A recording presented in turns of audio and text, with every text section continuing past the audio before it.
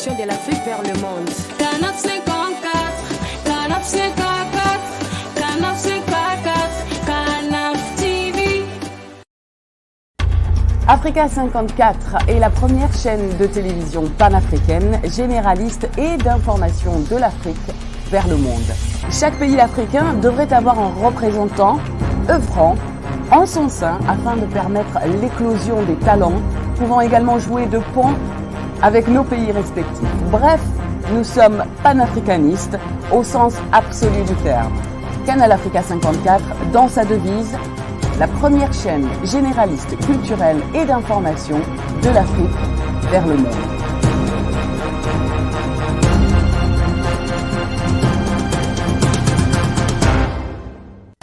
Canal Africa 54 will give to Africans and Afro-Caribbean what they have long been waiting for, expression of their own voice alongside the Western media and elsewhere in the globe. We aim to make the channel professional, sophisticated, contemporary. This channel will offer to viewers a unique experience in digital broadcasting. Our broadcasting and creative departments are dedicated towards having a constant flow of interesting and exciting programs. By using the most sophisticated methods of production, we aim to provide programming which is second to none, developing and enhancing the digital TV services throughout interactive mediums.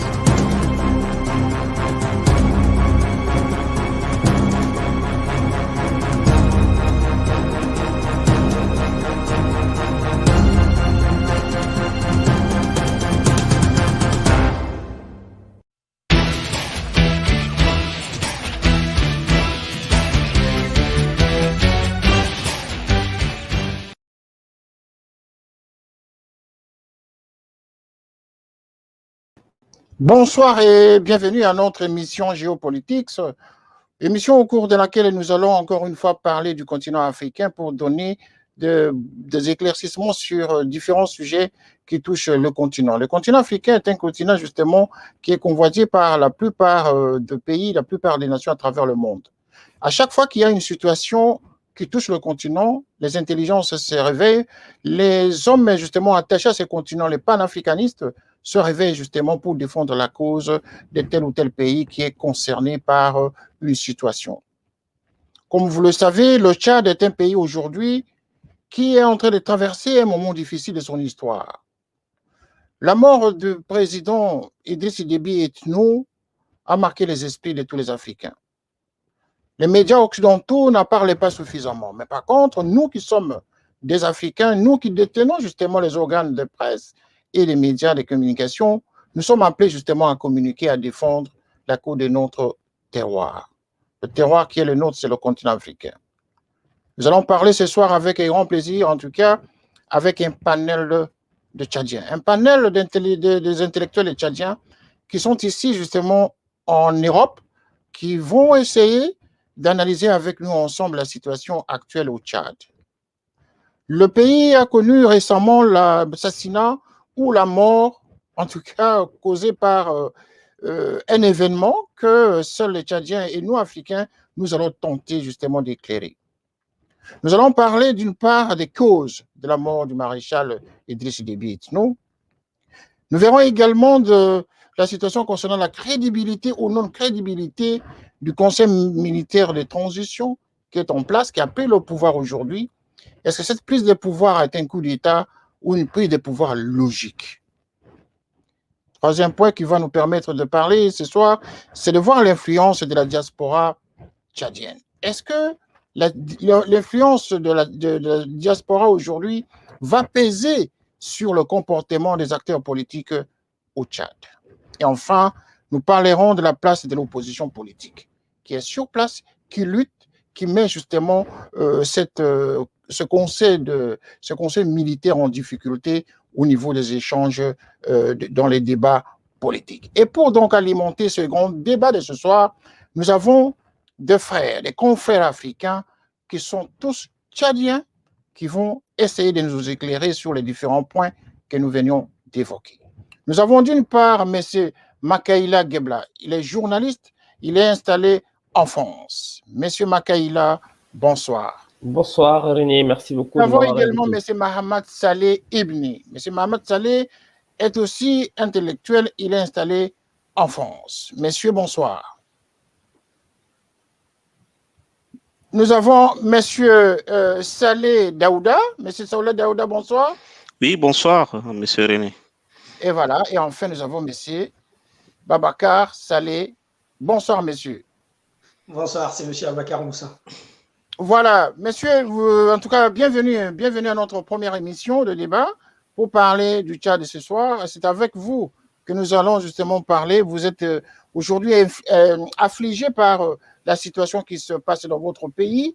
Et c'est la raison pour laquelle la direction de notre chaîne a voulu justement vous rassembler ce soir pour essayer d'échanger ensemble sur tout ce qui touche le Tchad aujourd'hui.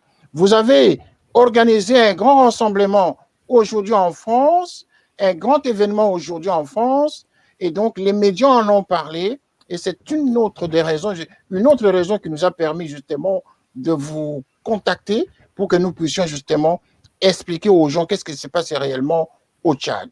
Je vais commencer par M. Makaïla Gebla. M. Makaïla, pouvez-vous d'abord vous présenter et nous expliquer un tout petit peu, en tout cas en peu de mots pour commencer, le sens de ces grands événements que vous avez organisés aujourd'hui en France. Merci René de nous avoir conviés à votre émission parce que c'est une émission assez panafricaine qui traite de l'actualité africaine et aujourd'hui l'actualité tchadienne au cœur de l'actualité internationale et notamment africaine. Donc je m'appelle Makaïla Ngebla, journaliste et blogueur parce que j'ai créé un blog en ligne depuis Dakar et je suis en France depuis 2013. Donc j'anime ce blog à partir de chez moi et je continue à mobiliser l'opinion africaine et l'opinion internationale sur l'actualité tchadienne.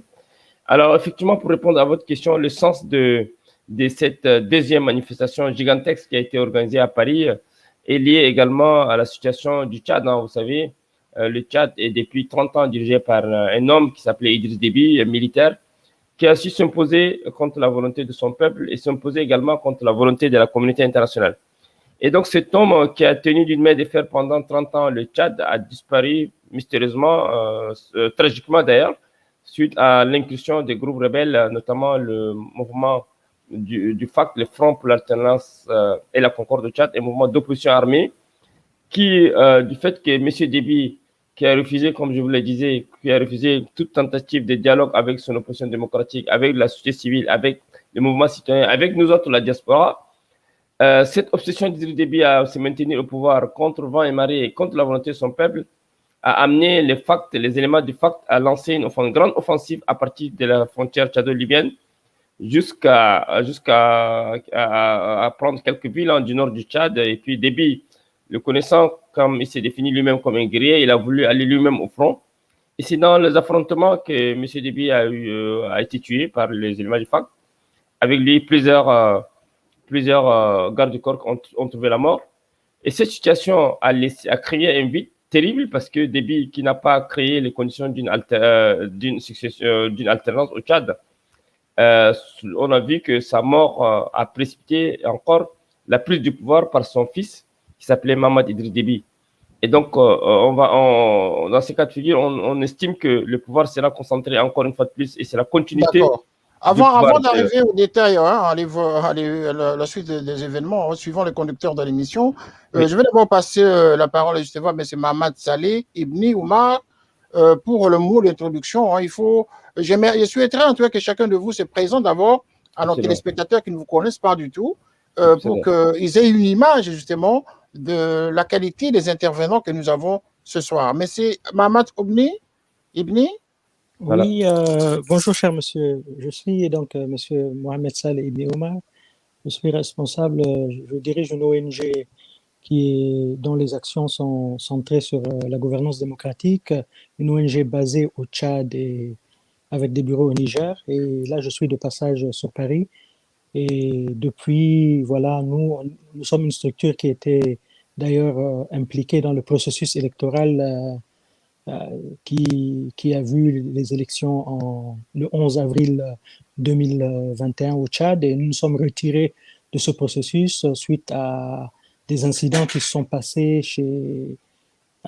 chez un opposant politique. Donc, on a tenu par solidarité au peuple, par solidarité à tout ce qui se faisait. Et suite à ces violences-là, nous nous sommes retirés de ce processus. Et voilà, c'est un peu cela. Donc là, on est à une phase où il y a des choses extrêmement graves qui se passent depuis la disparition de Monsieur Déby, en date du 18, 19 ou 20.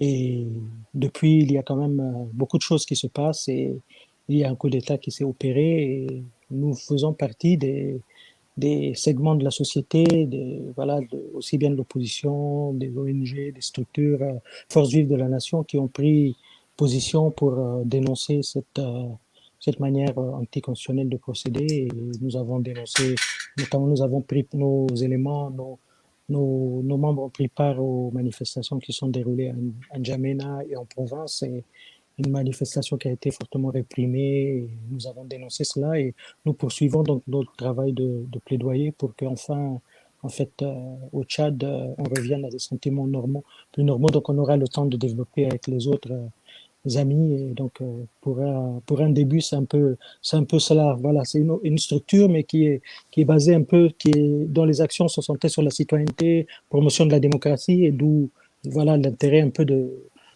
s'intéresser à ces questions justement démocratiques et citoyennes. Voilà. M. Abaka Moussa, votre mot d'introduction? Bonsoir Monsieur René, bonsoir à tous. Moi, c'est, comme vous venez de le dire, c'est Abakar Moussa, un consultant IT basé en France depuis plusieurs années et je suis de près la politique tchadienne depuis longtemps que je me souviens de moi-même et membre des partis des transformateurs. Monsieur Saleh Daouda? Oui, bonsoir Monsieur René, à tous les panélistes en fait, bonsoir. Moi, Saleh Daoud Mahamad, je suis journaliste et membre fondateur du mouvement patriote de la diaspora.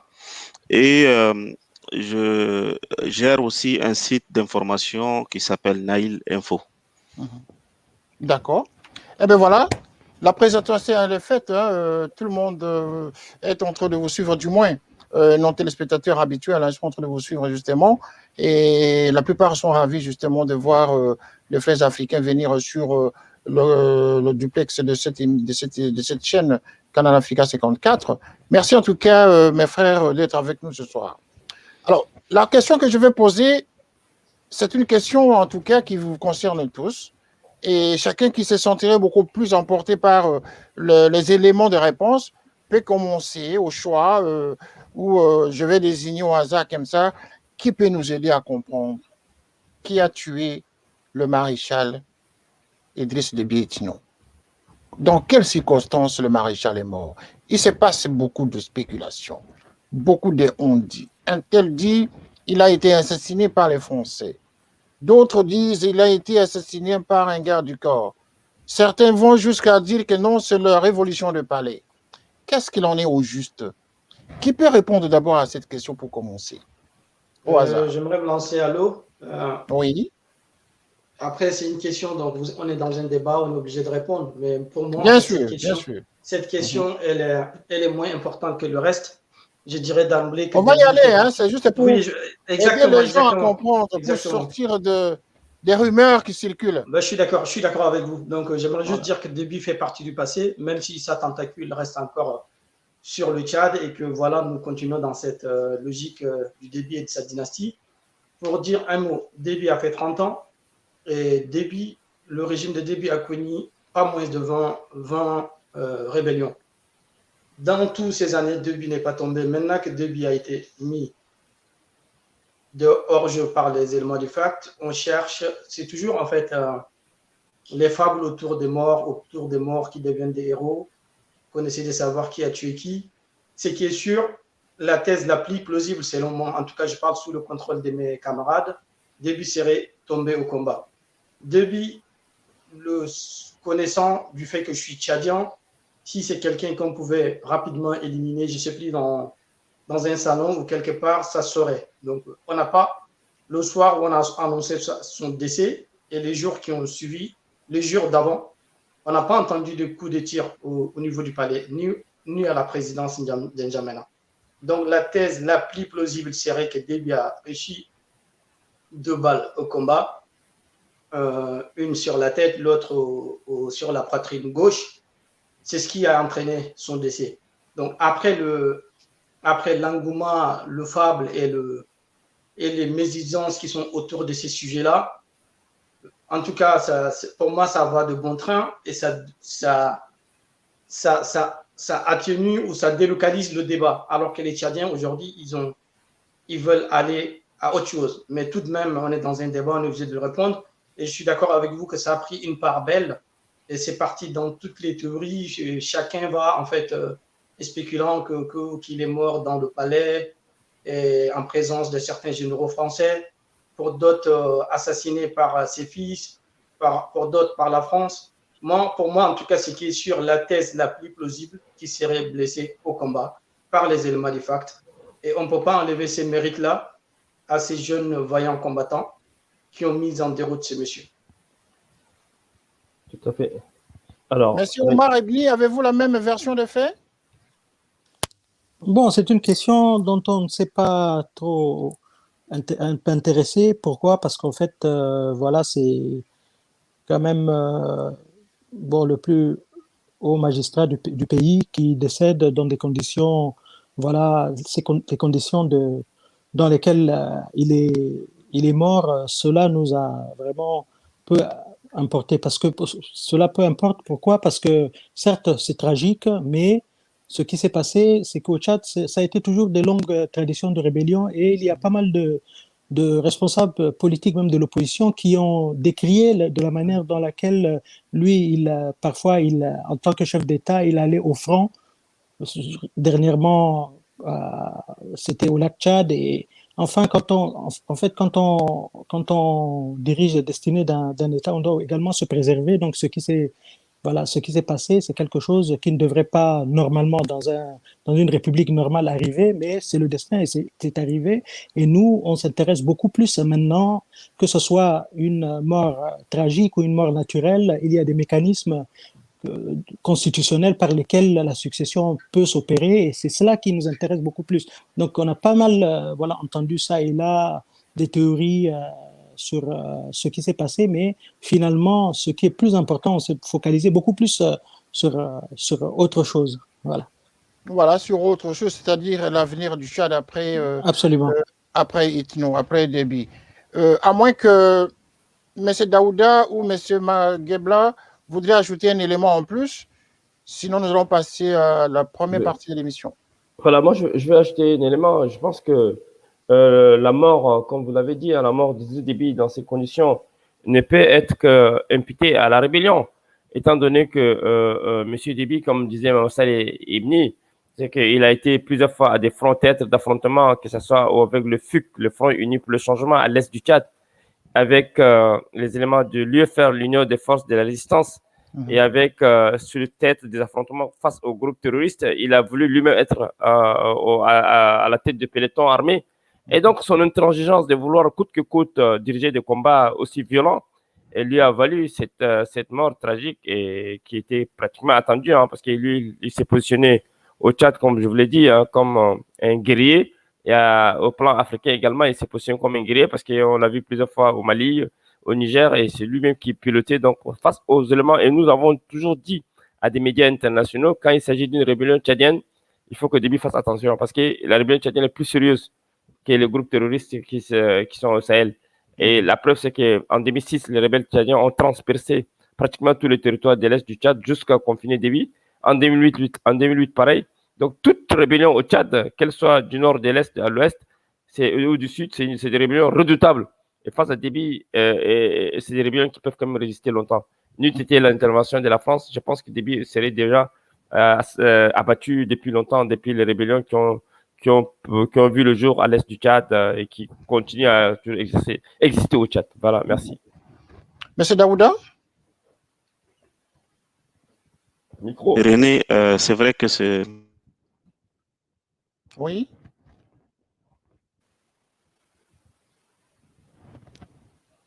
Voilà, il y a un petit souci avec M. Saleh Daouda. On l'a perdu. Voilà, quelqu'un d'autre peut enchaîner hein, dans par, cette lancée. au terrain et qui... Ah, il est revenu. Pardon?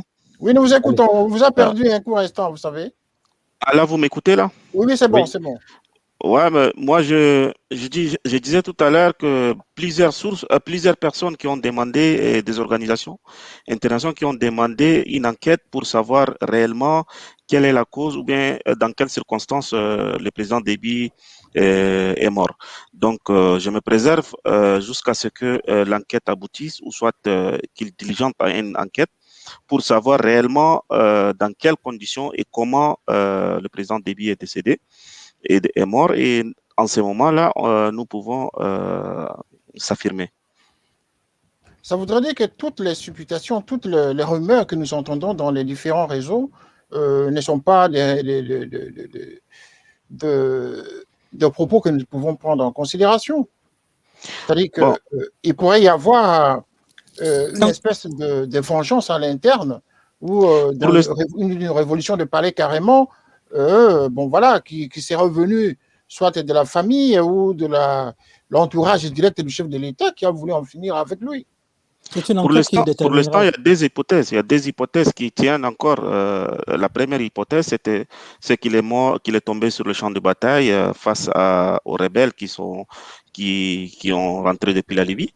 Et la deuxième hypothèse, c'était suite à l'assassinat en N'Djamena de la maman de Yaya Dillo, une mère de 80 ans, et la famille proche de Yaya Dillo ont vengé. Donc, pour moi, personnellement, en tant que journaliste, je me préserve le droit d'attendre encore qu'une enquête soit diligentée et que la cause réelle de l'assassinat ou de la mort de Déby, en ce moment, nous allons parler. Oui.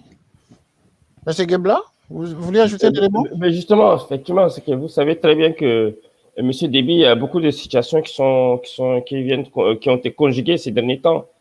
Sa prise de position contre la France, donc ce qui explique aussi les supputations ou bien les analyses que vous venez de dire.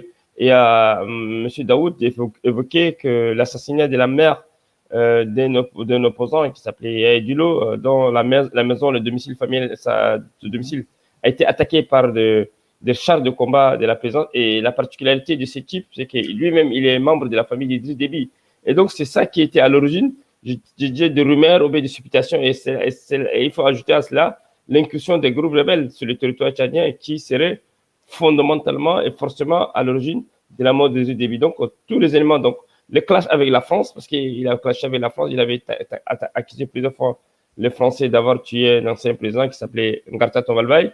Et donc, peut-être ça, certains analystes ont évoqué comme quoi il y a une rupture avec la France et donc il y a une rupture avec sa propre famille. Donc, est-ce que l'hypothèse d'un assassinat en interne serait envisagée par ce dernier? Donc, en tout cas, de toutes les manières, comme il a dit tout à l'heure, une enquête est réclamée par l'Union africaine. Nous allons continuer à suivre de près cette situation. Mais toujours est-il qu'aujourd'hui, comme disait Abakar, c'est qu'Idriss Déby fait partie du passé, il faut analyser l'actualité tchadienne. Ben voilà, on va analyser l'actualité tchadienne. Hein.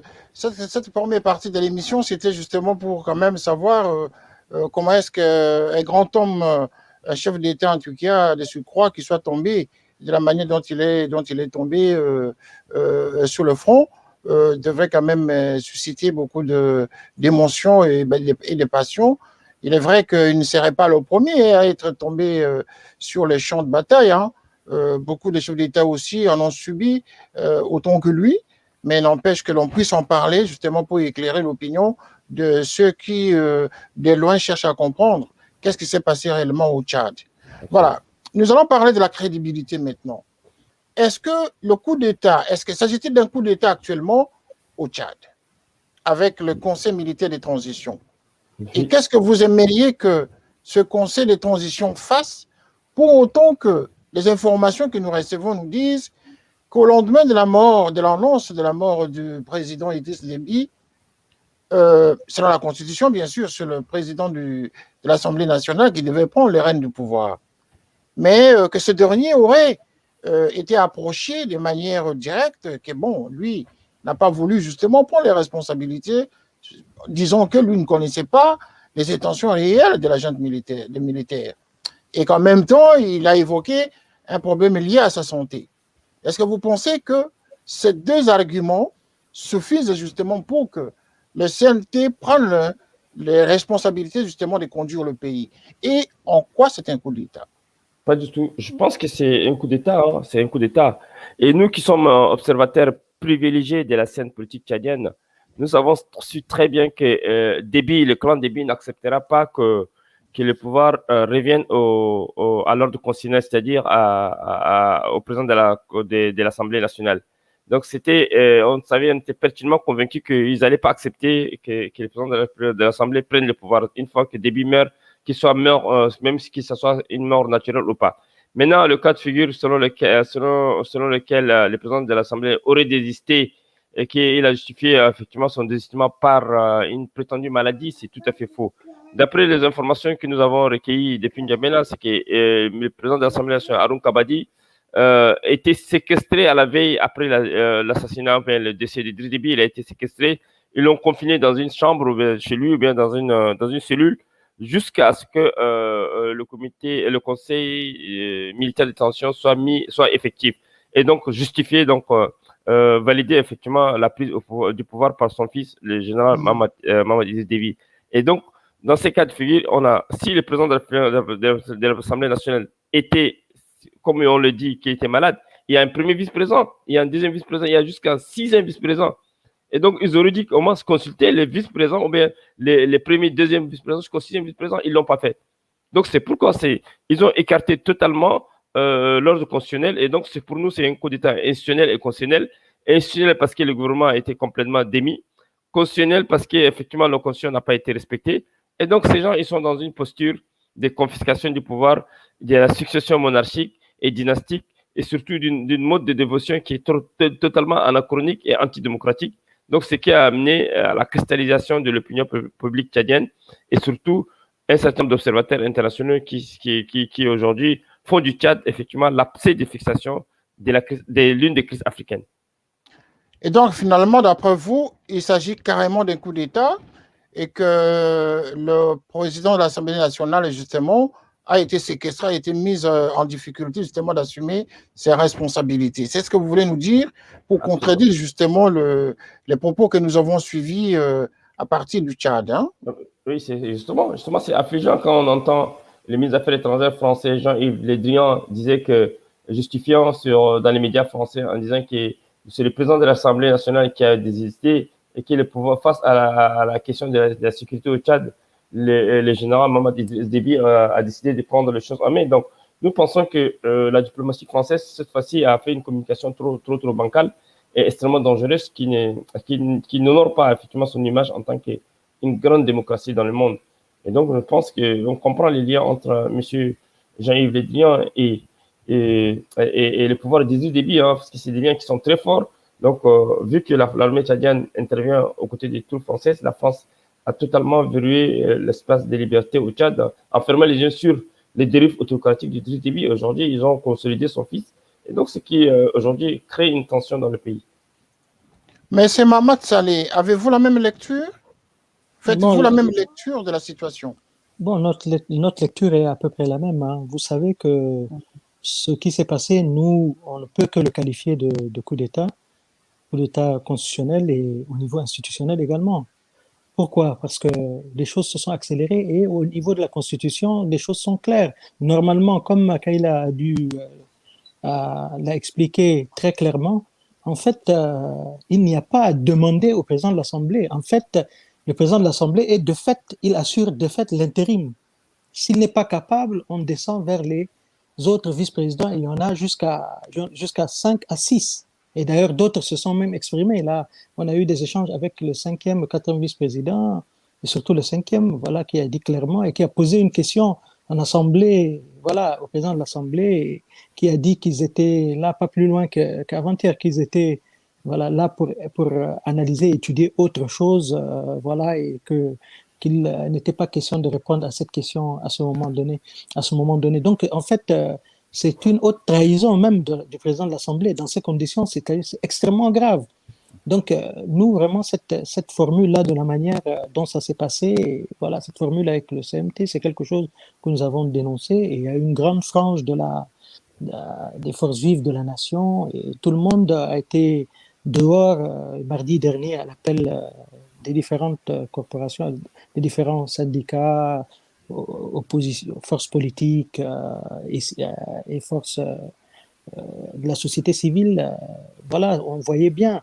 Et après, donc, sur la position donc, de la France, franchement, quand on donne des leçons en Birmanie, en Thaïlande, un peu partout, voilà, ce qui s'est passé au Tchad, avalisé, entériné une aberration, vraiment quelque chose de ce genre. C'est vraiment quelque chose qui rend petite la France, qui se dit nation des droits de l'homme, vraiment nation vraiment où il y a le respect des institutions. Donc voilà, on demande vraiment, nous on a lancé un appel vraiment au niveau des partenaires, à tout le monde, et nous restons mobilisés sur cette question-là. Et si la stabilité est chère, ce n'est pas la stabilité d'un gouvernement qui est importante, c'est la stabilité du Tchad, de la sous-région et de l'Afrique. Et ça, on l'a dit à plusieurs reprises. Les Tchadiens, depuis la division Leclerc, la guerre des Toyota, la récupération de la bande d'Aouzou le, contre la Libye, tout ce qui s'est passé, le théâtre dans les théâtres d'opération, les Tchadiens ont montré leur bravoure. Ce n'est pas parce qu'ils avaient à la tête quelqu'un en particulier. Et donc, en fait, beaucoup ont évoqué des pistes de sortie de crise. Nous ne faisons pas de la politique, mais nous partageons un peu ce qui se dit. Il y a la formule à la malienne. Il y a également le fait qu'il peut y avoir 3 étapes. Donc, je suis un peu sur les solutions. Je veux m'arrêter un peu là, mais un président intérimaire, un président transitionnaire et un président élu par élection, ça c'est quelque chose que les gens ont évoqué. Et voilà, donc pendant les 90 jours, les gens le premier peut appeler tout le monde et peut trouver les moyens de financer et de créer les conditions avec les partenaires pour une table ronde inclusive avec tous les fils du Tchad. Après, on part à la transition acceptée. Après, donc post-dialogue, post-conférence nationale, mais vraiment nationale, non exclusive.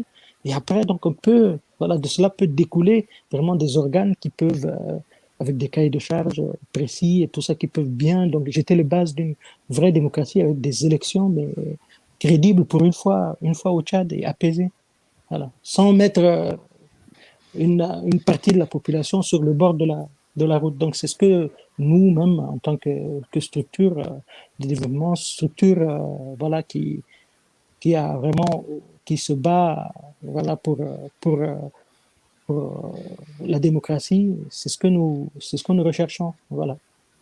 Alors, M. Daouda Saleh, faites-vous la même lecture? Parce que là, nous allons chuter directement à la troisième partie de M. l'émission. René. Est-ce que vous avez la même analyse? Bien sûr, c'est un coup d'État. Pour moi, il y a plusieurs facteurs qui attestent que vraiment c'est un coup d'État. Du moment où ce même lundi où Déby est ramené à N'Djamena, il y a plusieurs chars qui se sont positionnés dans la capitale. Ça a mis la ville, la population tchadienne, surtout de la capitale, en panique. Et non seulement ça, il y a aussi une divergence au sein de l'armée. Il y a plusieurs généraux qui se sont levés pour dire que ils n'étaient pas consultés sur ce qui s'est passé. Et moi, ce qui m'a beaucoup plus, qui a retenu mon attention, c'est que en présence, lors de l'annonce du décès de Déby, il y a aussi les personnalités telles que le président de l'Assemblée qui était à côté de la junte militaire et aussi le président de la Cour constitutionnelle. Pourquoi n'est pas, si réellement que le président de l'Assemblée s'est rétracté, pourquoi ne pas laisser l'annonce au président du Conseil constitutionnel ou de la Cour suprême? Parce qu'on a des institutions. Mais maintenant, pour moi, c'est quelque chose qui est vraiment ficelé par ces généraux, les 15 généraux qui se sont autoproclamés comme le membre du Conseil militaire et qui se sont précipités pour arracher le pouvoir. Donc, pour moi, en grosso modo, c'est un coup d'État pur et dur. Un coup d'État pur et dur, mais est-ce que d'une part, vous ne pensez pas qu'au regard de la situation conflictuelle, comprenons quand même que la situation le Tchad vit dans une situation d'une rébellion qui menace justement le pays. Et que là, ce n'est pas le Tchad ne traversait pas une situation de paix où on pouvait éventuellement envisager toutes ces formules démocratiques. Mais là, il s'agit d'une rébellion qui est en train de venir vers N'Djamena. Et que vous ne pensez pas que finalement, la position quelque part des militaires de prendre d'abord le pouvoir pour mater la rébellion qui arrive peut aider justement à créer ce sentiment de résistance et de confiance auprès des populations civiles. Monsieur René, vous savez, la rébellion, c'est des personnes comme vous et moi, et c'est des Tchadiens qui sont épris de la justice et qui ont pris les armes. Et quand ils sont arrivés et que l'accident, surtout l'assassinat de Déby est arrivé, le chef rebelle Mahdi Ali, qui a aussi parlé sur les ondes des RFI, il a même affirmé qu'il fera une trêve et qu'il est favorable pour un dialogue. Donc, du moment où le chef rebelle même a annoncé officiellement favorable pour un dialogue, je ne pense pas qu'il y aura une menace quelconque au Tchad. Donc, pour moi, c'est eux qui ont refusé même la trêve, c'est eux qui ont violé la trêve, qui sont partis bombarder le rebelle, et c'est eux qui ont refusé même le dialogue officiel. Donc, pour moi, c'est un coup d'État, comme je le disais tout à l'heure, pur et dur. Monsieur Babacar Moussa, votre point de vue à cette question? Oui, mon point de vue, ça rejoint un peu tout ce que les camarades ont dit. Et en gros, le Tchad, quand il s'agit du Tchad, c'est toujours la question de la stabilité qui est mise, le bien-être des Tchadiens est mis en gage. Aussi, le débit a été cautionné un peu par la France du fait du service avant-vente des militaires français que les Tchadiens sont des chars à canon. Et pour ça, pour le reste, les Tchadiens, ils peuvent aller voir ailleurs. Je m'excuse du terme, mais c'est un peu ça qui a été une question s'il s'agissait du Tchad. Même si notre constitution a été foulée au pied, on en a un. On en a une. Donc, c'est un pays avec une constitution. Je ne sais pas si je suis entendu, j'ai l'impression que je parle tout seul. Oui, bien sûr, on vous entend. Hein, on vous entend oui. 5 sur 5. Donc, ok. Je disais que même si c'est foulé au pass, on a un pays, on a une constitution. La moindre des choses, c'est de prendre le temps de faire lire la constitution. Si les militaires voulaient jouer un rôle, ça peut être un rôle sécuritaire. Et comme Maman Saleh l'a souligné, ceux qui venaient en face, ce n'est pas vraiment des nazis. C'est des Tchadiens qui n'ont pas eu autre choix que de prendre le choix des armes. Et ils s'en prennent pas au Tchad, aux Tchadiens, ils s'en prennent au pouvoir de Déby. Donc, ce qui a été, c'était de la continuité, de la continuation. Et la France a vraiment acté avec une telle légèreté. Le matin, on annonce comme quoi la jeune se prend le pouvoir parce que le président de l'Assemblée soit disant qu'il n'est pas en forme, alors que c'est lui, le président de l'Assemblée, jusqu'à l'annonce des résultats de l'élection de Déby la veille. Et jusqu'à là, il va bien. Le lendemain, pour faire valoir la Constitution, tout d'un coup, il est malade. Comme Maman Saleh l'a souligné, Maman Saleh Daoud l'a souligné, il était dans la vidéo quand la jeune avait annoncé comme quoi, du fait que l'autre est malade, nous assumons la responsabilité. Donc, ils se sont arrogés cette droit de faire la chose sans toutefois tenir compte ni de la sensibilité des Tchadiens, de la Constitution qui est quand même la règle qui régit la bonne marche d'une société, d'une nation. Et je dirais aussi un petit bémol du côté aussi de Tchadiens, de l'opposition tchadienne, qui n'a pas su très rapidement prendre les choses en main pour proposer à la France une autre chose. Donc, du coup, la France s'est trouvée en début de soirée, vers 18h, dans l'obligation d'acter la continuité, la continuation, toujours en privilégiant ses propres intérêts au détriment du Tchad. Et j'aimerais dire un petit mot ici à l'endroit de la France. Nous comprenons qu'elle roule pour elle-même, mais je crois qu'avec la junte, ses intérêts ne sont pas aussi sauvegardés comme elle l'espère. Et il y a une petite chute, si je peux me permettre un peu plus, j'ai été long, mais aujourd'hui, il est question de la continuité et de la continuation du MPS.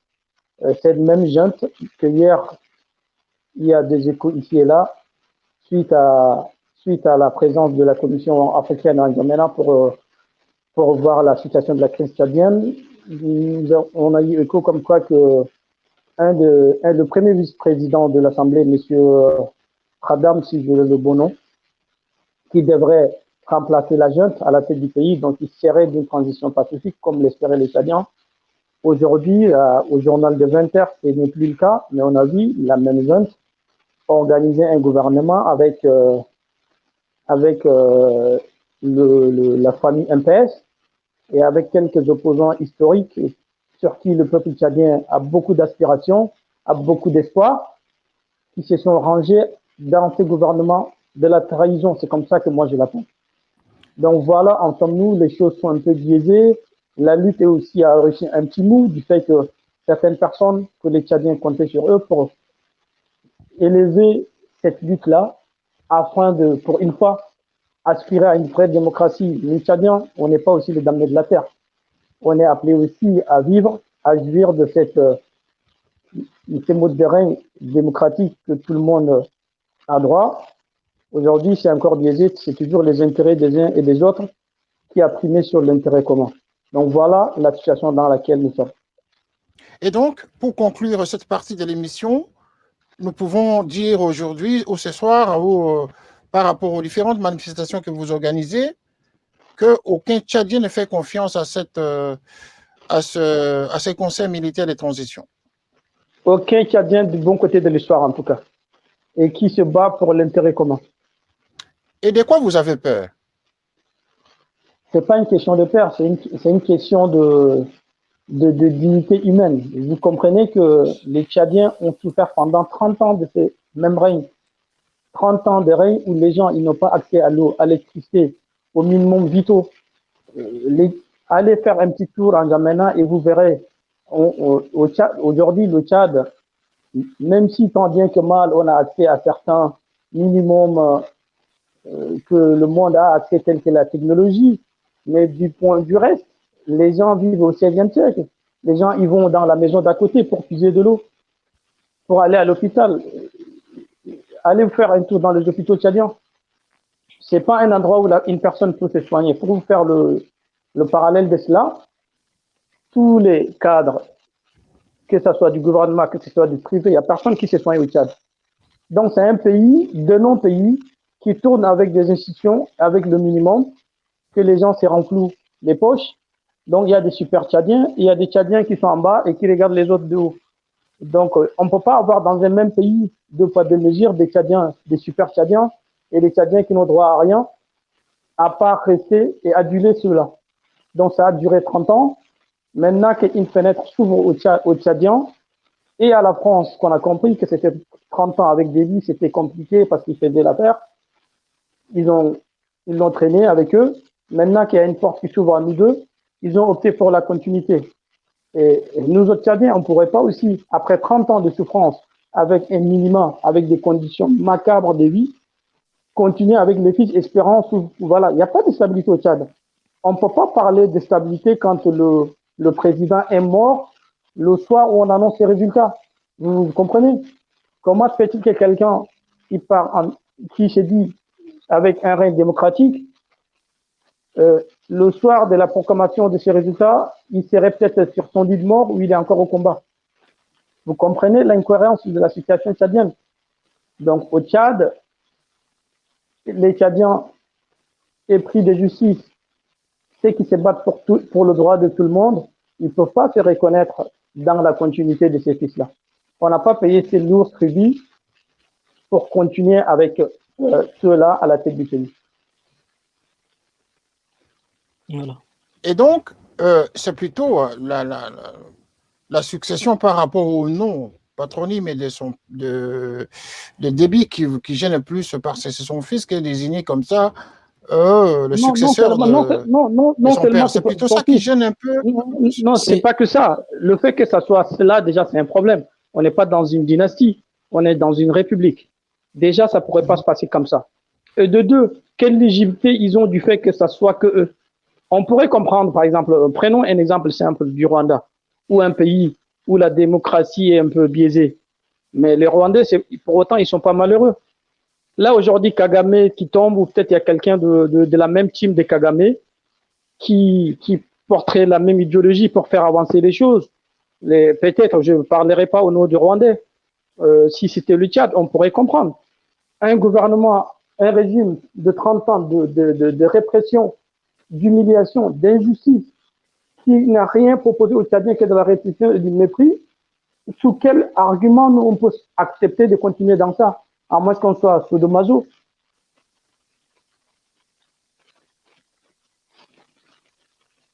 Donc, je laisse les autres camarades parler. Voilà, le débat est ouvert en tout cas, hein, parce que nous allons continuer sur l'influence de la diaspora. Est-ce que c'est le patronyme, c'est le nom d'Idriss Déby qui gêne les Tchadiens? Bon, en fait, c'est plus... C'est ouvert. C'est ouvert. C'est ouvert. C'est plus une position de principe. Hein. C'est franchement... Beaucoup ont argué de la réalité plus que les principes. Il n'y a aucune réalité dans ce qui est dans ce qu'on vient de vivre. Là. Et vous voyez, si je reviens en arrière sur une question qui a été posée, les rebelles ont accepté le cessez-le-feu suite à des contacts qu'ils ont eus avec des chefs d'État qui se sont investis pour une médiation sur la question tchadienne. On écoutait toute la classe politique après les obsèques du maréchal, ont pris des contacts et ont approché le chef rebelle, et c'est pour cela qu'il a déclaré la trêve et qu'au niveau donc de ce front, il a accepté donc d'aller au dialogue inclusif demandé par tous les Tchadiens. Et cela a été rejeté. Donc vous voyez, ce n'est pas le Tchad, un îlot de paix dans un océan d'instabilité.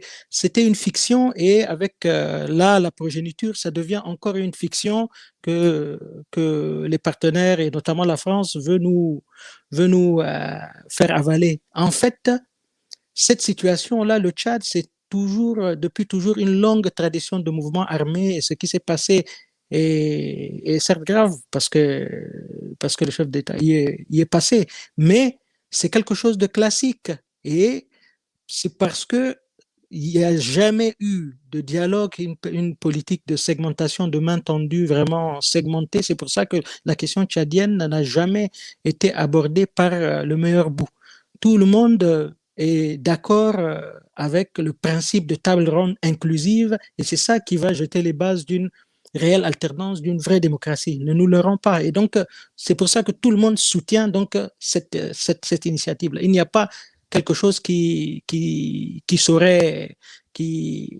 n'y a pas quelque chose d'autre qui empêcherait un peu ces concertations-là d'avoir lieu. Il n'y a pas de risque, parce que tous ceux qui rejettent la gouvernance désastreuse, parce que le Tchad, en matière de contre-performance, nous sommes meilleurs, nous sommes classés derniers en tout. Donc ça, c'est quelque chose qui vraiment, c'est un lourd bilan très négatif. Et au niveau de la question sécuritaire, il y a l'exemple donc du Mali qui peut être exploré. Sinon, un chef d'État digne de ce nom, voilà, s'occupe des affaires, c'est le chef d'état-major également, il peut être un civil, comme dans d'autres pays, et l'armée joue pleinement son rôle, les militaires sont dans leur caserne, on peut également avoir un vice-président chargé des questions sécuritaires, et la question est jouée. Mais n'allons même pas jusqu'à là. En fait, il n'y a pas une question d'instabilité qui est posée là. Il faut que tout le monde se retrouve vraiment pour aller à des meilleurs sentiments. C'est ça qui est essentiel. En fait, c'est ça qui est essentiel.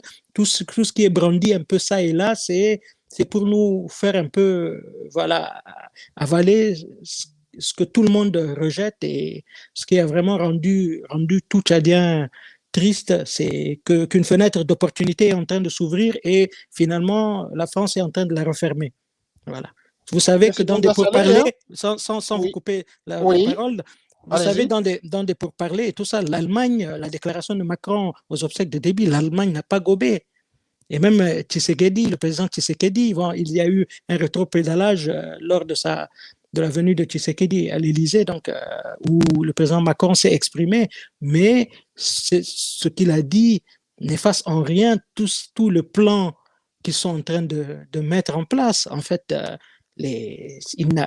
rien n'a changé depuis sa fameuse déclaration. Vous voyez? Et avec revenons quand même sur Voilà. Vous venez d'épingler un sujet important. La déclaration de Macron à l'Élysée récemment, à l'arrivée du président de l'Union africaine à Paris, est-ce que vous pouvez considérer que cette déclaration contredit tout ce qu'il a dit à N'Djamena? On pourrait le voir comme ça parce qu'il se, en fait, Comment pouvez-vous interpréter cela, cette façon de... non, c'est que parce qu'il y a eu donc les morts à N'Djamena, la fameuse, les grosses manifestations à N'Djamena et dans les autres grandes villes, Moundou, avec pratiquement 12 à 13 morts. Donc, ça, c'est, voilà, ils sont les Français. De par la déclaration qu'il a fait juste la semaine d'avant, il est considéré comme comptable de cela et il ne veut pas avoir les mains entachées de sang. C'est pour ça qu'il se désolidarise d'une certaine manière. Il y a également la grosse manifestation et la grosse manifestation de la diaspora qui a eu lieu à Paris avec vraiment un appel vraiment les Tchadiens de double nationalité à s'engager en politique ici. Il y a eu, quand même, les gens n'ont pas mâché leurs mots. Voilà, tout le monde voulait se tourner vers éventuellement d'autres alliés, d'autres amis et qui ne sont pas traditionnellement, historiquement, voilà. Alors, M. Daouda Saleh, pensez-vous finalement que M. Macron, le président français, va se désolidariser dans les actes? Non, pas du tout. Désolidariser dans les discours, c'est une chose. Mais dans les actes au niveau du pays, en N'Djamena, au Tchad. Non, pour nous autres et pour la majorité, c'est vraiment le fait qu'une partie donc, de la diaspora tchadienne ait été reçue, le fait qu'il y a eu quand même des contacts de l'ambassade de France là-bas sur place. L'ambassade de France a touché pas mal de personnalités ressources, de responsables de formation politique, de responsables d'organisation de la société civile, mais comme le discours que ce soit de Sarkozy sur l'Afrique ou celui d'Hollande, avec tous les espoirs que cela a suscité, ce qu'a dit Macron, c'est juste un discours pour le commun des Tchadiens. C'est juste un discours, en fait, ça n'efface en rien parce qu'il n'a pas remis en cause. On parle de transition pacifique, alors que les autres qui sont en place de façon anticonstitutionnelle ont déjà nommé un Premier ministre et là, depuis ce soir, ont un gouvernement pour aller, c'est une fuite, c'est carrément une fuite en avant, avec un chef du gouvernement qui a toujours été un allié de l'ancien régime, avec des ministres importants qui font partie de l'ancien gouvernement. La plupart sont dans ce gouvernement, donc je me demande s'il y a même une concertation. Beaucoup des plus modérés ont pensé peut-être même admettre et laisser passer cette histoire de CMT et peut-être se battre pour avoir un Premier ministre de consensus, parce que c'est celui-là qui va amener les Tchadiens au dialogue politique inclusif. Mais ils ont vite échangé. Donc, voilà. M. Daouda Saleh, je reviens toujours au discours de M. Macron et à la sortie du gouvernement. Ce soir, le gouvernement venait de sortir. Il y a des noms qui sont quand même cités, des noms qui sont interpellateurs, effectivement.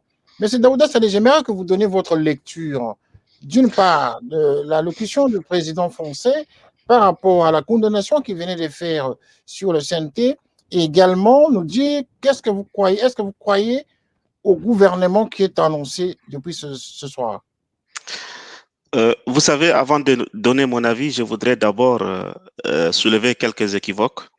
Et pour moi, d'abord, le premier discours de Macron, il n'y en a pas seulement un, mais il y a deux discours en fait. Le premier discours de Macron, je crois que pour moi, en tant que journaliste, moi, je me disais plutôt Macron a été induit en erreur par son ministre des Affaires étrangères, M. Jean-Yves Le Drian. Parce que vous savez, les relations que Jean-Yves Le Drian menait avec le président Déby, c'était vraiment une relation très intime. Donc, c'est après les manifestations, comme l'a dit Mohamed Saleh Ibni, qui s'est généré et qui a eu, il n'y a pas seulement 11 ou 12 morts, mais il y a 16 morts officiels aujourd'hui, au jour d'aujourd'hui. Et aussi l'engouement, en fait, de la population tchadienne et en N'Djamena et dans les provinces, mais aussi de la diaspora. Donc, il y a aussi plusieurs facteurs au niveau national et international. Il y a aussi la position, même le jour des obsèques, la position du président en exercice de l'Union africaine et aussi la réaction en fait au niveau des États-Unis et aussi au niveau de l'Union européenne a fait fléchir un peu M. Macron. Et moi, je reste encore pessimiste par rapport à ce que M. Macron a déclaré dans son dernier discours, parce que il est resté vague quand il a dit qu'il est pour une transition démocratique, mais il n'a pas, il a omis le mot civil. Pour moi, donc c'est un peu vague. Ça peut aussi, la junte au pouvoir peut jouer aussi sur ça pour se maintenir encore. Ce que je voudrais soulever ici, c'est que M. Macron devrait aller encore en profondeur, pour nous montrer réellement sa position, parce que les jours à venir vont être déterminants, surtout au vu de ce gouvernement qui vient d'être nommé, puisque c'est un gouvernement à 80% de la majorité et du parti au pouvoir de l'ancien président, le mouvement patriotique du salut. Donc, pour moi, les choses vont encore s'empirer et qu'il est temps que le président français se montre encore plus déterminant pour que les choses aillent dans le bon sens. Voilà. Monsieur Makaïla, nous allons aborder la dernière partie de l'émission, mais avant d'y aller, j'aimerais entendre en tout cas votre réaction par rapport à cette question de l'allocution, enfin, le propos du président français et de la sortie, de la lecture que vous faites du nouveau gouvernement qui venait d'être annoncé ce soir. Est-ce que vous croyez à ce nouveau gouvernement? Est-ce que vous croyez que ce gouvernement peut être porteur d'un espoir? Monsieur Makaïla. Monsieur Makaïla, c'est à vous que je posais la question. Ouais, voilà, c'est bon. Voilà. Alors, merci Oui. pour votre question et surtout pour les analyses pertinentes des uns et des autres. Moi, je voudrais revenir, avant de répondre à votre question, je voudrais revenir sur la question du patronyme. Vous savez, la question de patronyme, la succession monarchique a fait débat au Sénégal quand Abdoulaye Wade a voulu se faire succéder par son fils Karim Wade. C'est qu'il lui a valu d'être d'un échec cuisant à l'élection présidentielle de 2012. En 2005, quand Nassibé Adema est décédé et que son fils, fort aujourd'hui au pouvoir, a pris les arènes. Au Gabon, c'était pareil. Donc, les Tchadiens ont raison d'avoir peur.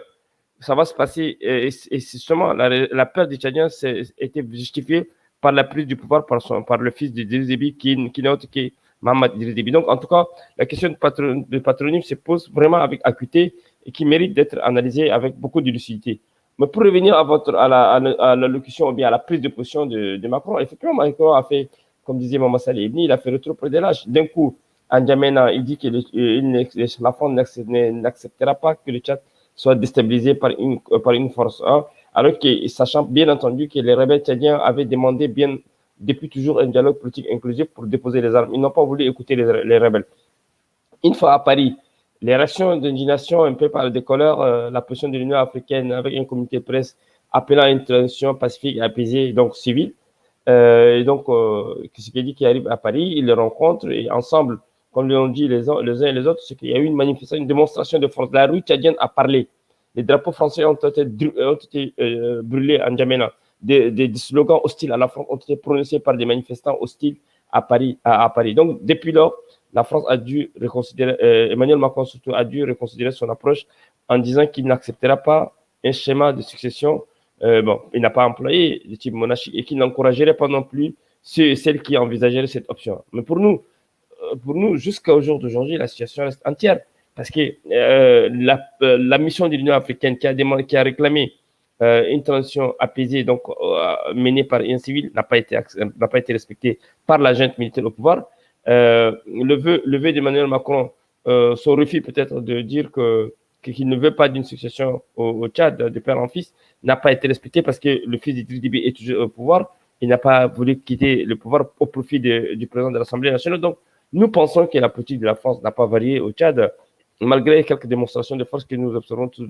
Mais ça va radicaliser davantage les contestations intérieures et extérieures. Intérieures, c'est parce que les mouvements de l'opposition démocratique vont devoir encore une fois de plus s'organiser.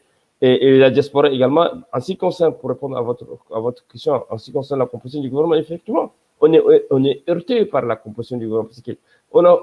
En fait, c'est du débit sans débit, en fait. C'est la continuité d'un pouvoir qui a toujours régné dans la terreur, d'un pouvoir qui a toujours régné dans la complaisance, le favoritisme absolu, et surtout un copinage et une amitié une amitié continue. Donc, en tout cas, pour nous, il n'y a pas une volonté de rupture. Donc, dès lors qu'il n'y a pas une volonté de rupture, nous sommes convaincus que la société civile qui a toujours dénoncé un sixième mandat d'Idriss va se réorganiser. Nous pensons également que l'opposition va se réorganiser et nous autres, la diaspora, on va pouvoir se réorganiser en termes de plaidoyer et d'action politique, d'action citoyenne pour non seulement décourager pour décourager les partenaires du Tchad, mais aussi décourager la junte au pouvoir à quitter les pouvoirs. Parce que nous n'allons pas accepter que ce gouvernement qui n'a pas été réclamé d'ailleurs par le peuple tchadien, c'est un gouvernement unilatéral qui a été imposé à notre peuple, donc nous n'allons pas accepter et nous allons continuer à faire un plaidoyer très très fort à un niveau très élevé et s'il faut d'autres actions aussi pourront être menées contre la junte au pouvoir. Je pense à des leviers judiciaires que nous allons actionner pour faire prévaloir les droits des citoyens tchadiens qui sont opprimés, vous savez, à la suite de ces dernières manifestations en N'Djamena. Eh bien voilà, vous parlez des manifestations, justement, c'est ce qui nous conduit à parler de la dernière partie de l'émission consacrée à l'influence de la diaspora tchadienne, justement, pour influencer la situation politique au pays. Vous avez organisé des manifestations en France. Nous avons déjà évoqué à l'introduction de l'émission. Pour quel but avez-vous organisé ces manifestations? Mais avant toute chose, j'aimerais d'abord montrer un élément pour l'intérêt justement des téléspectateurs qui n'ont pas suivi avec nous ce que vous avez organisé en France. Un instant, nous allons revenir. Au Quai d'Orsay, au ministère de la Défense et à tous ces généraux qui sont en train de nous imposer leur agenda. Voilà la réponse. Notre peuple, surtout notre jeunesse, qui, le dimanche dernier, pour sa dignité, pour sa liberté, pour son refus de l'inacceptable, a payé un lourd tribut. Voici la réponse. Vous vous adressez directement aux Français, à la France.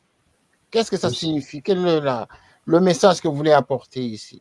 Alors, la particularité de cette manifestation d'aujourd'hui, c'est qu'elle était à l'initiative des patriotes de la diaspora tchadienne de France, mais soutenue par d'autres diasporas africaines. Vous avez vu des drapeaux djiboutiens, des drapeaux égyptiens, des drapeaux congolais, des drapeaux d'autres nations comoriennes qui étaient venus soutenir, parce qu'aujourd'hui, tous les Africains qui partagent en commun les dictatures sont venus s'exprimer. Donc, il y a eu des prises de parole et on a voulu vraiment, en termes de stratégie, faire parler des leaders des diasporas africaines à Paris pour s'adresser aux Français. Parce que nous avons estimé que si on reste dans un cadre tchado-tchadien, ça ne va pas aller trop loin. Donc, on a permis à des Sénégalais, à des Comoriens, à des Togolais, à des Centrafricains, à des Congolais, de prendre la parole pour s'adresser effectivement à la France. Et c'était pour montrer également la volonté réelle de solidarité exprimée par ces Africains à notre côté, au peuple tchadien qui n'accepte pas une transition de cette envergure, une transition, n'accepte pas effectivement la mode de succession monarchique telle que c'est présenté et telle que la confiscation du pouvoir par la famille d'Idriss Déby. Et donc, du coup, à partir du moment où la France est interpellée, et nous avons décidé une fois de plus d'interpeller la France parce qu'on estime qu'elle a une responsabilité historique. Si elle n'assume pas sa responsabilité historique au Tchad, les Tchadiens vont prendre leur destin à main. Et leur destin à main, ça va être comme la Centrafrique. C'est-à-dire les Centrafricains ont réussi quand même comme disait Mamsal Ibni, à varier en termes de coopération, leur coopération avec d'autres acteurs, d'autres puissances internationales.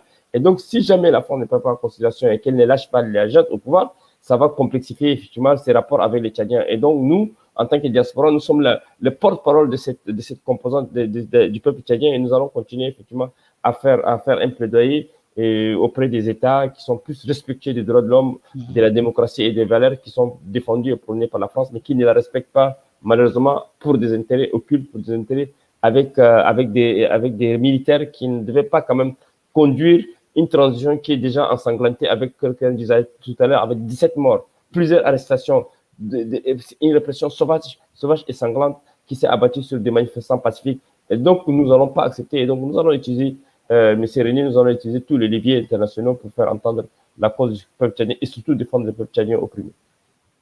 M. Dalé Daoud, pensez-vous qu'une telle manifestation peut changer les choses au pays? Pensez-vous que le conseil de transition avec le gouvernement qui est présenté aujourd'hui peut subir une pression de l'extérieur, de la diaspora, pour que les choses changent au pays. Est-ce que la diaspora a un impact sur les actions politiques qui sont menées par les autorités en place? Merci, M. René. Vous savez, nous, ici, de la diaspora, nous avons, depuis des années, nous n'avons jamais cessé de manifester quand il y a injustice. Et avec la mort d'Idriss Déby, nous pensons, moi, je croyais que nous allons s'arrêter là et aller penser à reconstruire ce pays, penser à apporter notre pierre pour l'édifice de ce pays et aussi penser à une paix durable pour le Tchad. Mais malheureusement, la France nous a encore imposé sa loi et de venir encore battre le pavé à Paris et dénoncer cette injustice encore après 30 ans. Donc pour moi, les manifestations, il n'y a pas que seulement les manifestations ici à Paris, mais les manifestations sont coordonnées. Aujourd'hui, rien que pour la journée d'aujourd'hui, il y a eu, à ce que je sache, plusieurs manifestations au Canada, en Angleterre, à Londres, et puis aussi un peu partout en Afrique, à Ouagadougou, un peu partout. Donc, pour moi, aujourd'hui, le peuple tchadien sont plus que jamais déterminés à aller arracher en fait cette alternance qui est aussi souhaitée de tous les Tchadiens épris de la justice. Donc, aujourd'hui, je suis et je reste convaincu que seules les manifestations pourront faire fléchir en fait la France et aussi faire fléchir aussi la junte au pouvoir pour céder le pouvoir à une transition civile et aller préparer une élection libre et transparente au Tchad. Alors, monsieur Abakar Moussa, pour terminer, est-ce que vous pensez que les manifestations vont changer les choses au pays? Par exemple, pousser le conseil militaire à la démission ou au changement de la donne? Que pensez-vous de la manière dont les manifestations qui sont faites aujourd'hui seront reçues justement au pays? Quel est le coût de ces manifestations au pays? Oui, je suis d'accord. Les manifestations, désolé. Oui. Les manifestations, il faut les saluer à leur juste valeur. Elles ont l'impact qu'elles auront, donc la pression sur le plan international. Donc ceux-là, en fait, qui sont au pouvoir, c'est de la continuité, de la continuation, il s'agit. Donc ils ont régné quand on va démarrer. Ça fait 30 ans et malheureusement, ça continue. Donc nous, les manifestations ont une portée du fait qu'ils porteront notre message très haut et nous soulèverons des leviers de l'opinion publique internationale et toutes les personnes épris de justice et qui se sentent concernées par la crise tchadienne, nous apporterons leur secours. Donc aujourd'hui, ce qu'il est question, c'était une question de droits de l'homme, c'est une question de justice, c'est une question de démocratie. Donc toutes les personnes qui se mobilisent, vous conviendrez avec moi que c'est pas pour des buts ou des intérêts personnels. Nous nous battons pour la dignité humaine, pour la justice, et nous ne faisons pas l'affaire d'une communauté, nous ne battons pas contre une communauté. La famille de Déby, c'est une famille tchadienne. Déby qui est décédé, on ne se réjouit pas de son décès non plus. C'est un Tchadien, paix à son âme. Mais ce qu'il s'agit en ce moment, c'est de passer à autre chose. Pas toujours les mêmes, pas les autres. Donc toujours ceux qui ont tout et d'autres qui n'ont rien. Et ils n'ont pas le droit de dire leur mot. Donc vous voyez, donc, il s'agit de la dignité humaine qu'il est question. Donc les manifestations, c'est aussi une forme de lutte et montrer qu'on n'est pas d'accord. Donc chacun usera de ses moyens, actionner tous les leviers possibles. Ce que nous faisons ne s'arrête pas qu'aux manifestations extérieures, il y a des manifestations intérieures. Et nous avons des projets. Donc la diaspora tchadienne a adressé lors de la rencontre à Macron ce qu'ils pensaient du Tchad. Et ils sont unanimes par rapport à la position de l'opposition politique tchadienne et de la société civile. Nous ne demandons pas la mer à boire, nous demandons juste qu'une transition soit pacifique, que l'ordre constitutionnel soit respecté, qu'on remet le pouvoir aux civils. À l'occurrence, il s'agirait maintenant les adjoints du président de l'Assemblée, vu que le premier il est hors jeu, et qu'on mette un gouvernement pour la question de sécurité. Il y a même une proposition qu'une vice-présidence soit assurée par la partie armée, afin qu'il y ait un vrai, comme Mohamed Saleh Boumar l'a souligné, qui est un vrai Premier ministre des consensus. Celui-là, pour vous faire juste la description, c'est le même qui était un peu le dauphin dans les élections précédentes.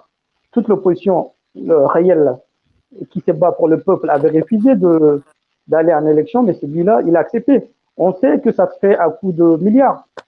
Donc, c'est le même qui a légitimé l'élection du père. Maintenant, il se présente comme Premier ministre du fils. Vous comprenez de quoi il s'agit? Il ne s'agit pas de l'intérêt du Tchadien, ni de la démocratie, ni de la justice. C'est les mêmes qui se battent pour leurs petits intérêts mesquins. Et tout le peuple tchadien ne se reconnaît pas dans cette mascarade.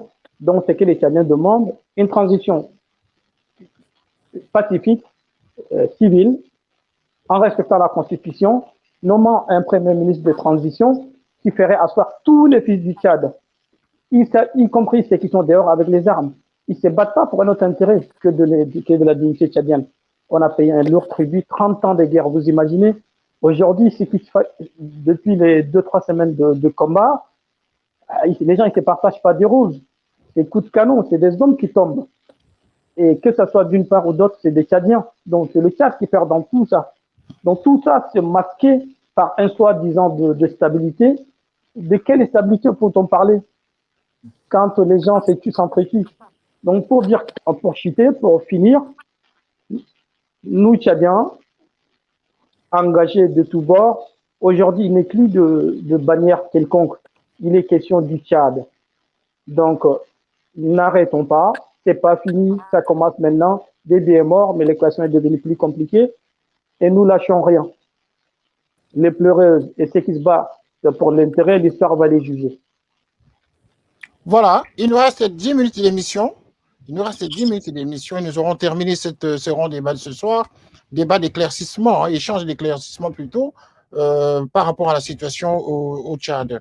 Alors, M. Ibni Saleh Ibni, est-ce que vous pouvez nous donner votre lecture à cette question? Parce que nous allons bientôt parler, la dernière partie de l'émission, de la place de l'opposition politique sur place.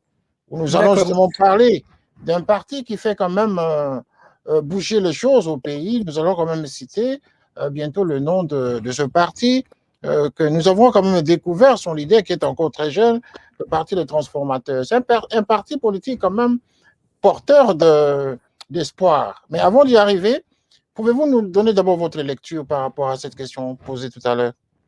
Voilà, donc par rapport, oui, je voulais répondre à cette question. En fait, dans le même ordre d'idée que les autres camarades, je voulais dire ceci. En fait, au niveau de la participation de la diaspora, franchement, elle est incommensurable, elle est énorme.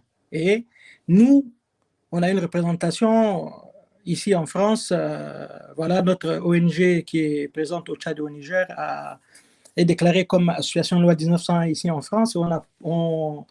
On travaille de concert, en synergie avec la diaspora, que ce soit la diaspora européenne, états-unienne, africaine, un peu partout. Mais vraiment la diaspora tchadienne d'un peu partout, mais notamment celle de France. Pourquoi? Parce que nous essayons, au-delà de vraiment des manifestations et tout ça, vous savez que il y a eu certes la manifestation de N'Djamena, comme je l'ai dit tout à l'heure, de N'Djamena et des autres grandes villes avec des morts et des blessés. Et donc vraiment, nous avons condamné vraiment la répression qui s'en est suivie à ces manifestations-là. Mais il y a également cette grande manifestation ici à la place de la République, donc, qui a vraiment amené les autorités françaises à réfléchir à deux fois. Mais au-delà de cela, moi, en tant que responsable associatif, responsable d'une ONG, mais scientifique et matheux, je peux vous dire,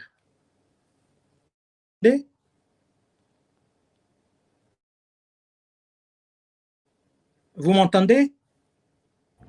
Nous vous entendons parfaitement, nous vous entendons, continuez. Parfaitement, je peux vous dire que la France fait partie intégrante de cette équation quasi insoluble, l'équation tchadienne. Elle fait partie des variables les plus importantes.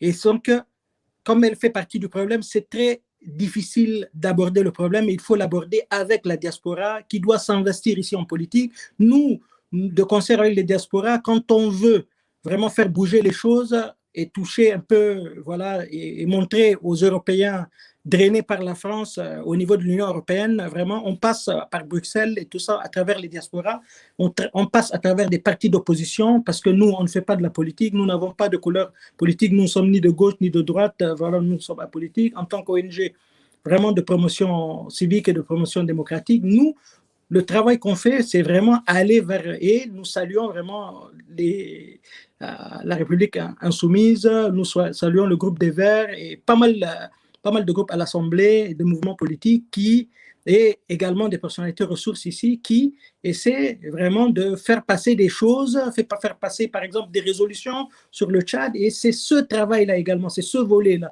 Sur notre volet droits de l'homme, on travaille beaucoup avec la diaspora tchadienne qui est en Suisse pour essayer de faire passer nos rapports sur la situation des droits de l'homme. Parfois, on est présent à Genève pour dénoncer ce qui se passe, pour commenter notre rapport, pour éclairer les lanternes un peu des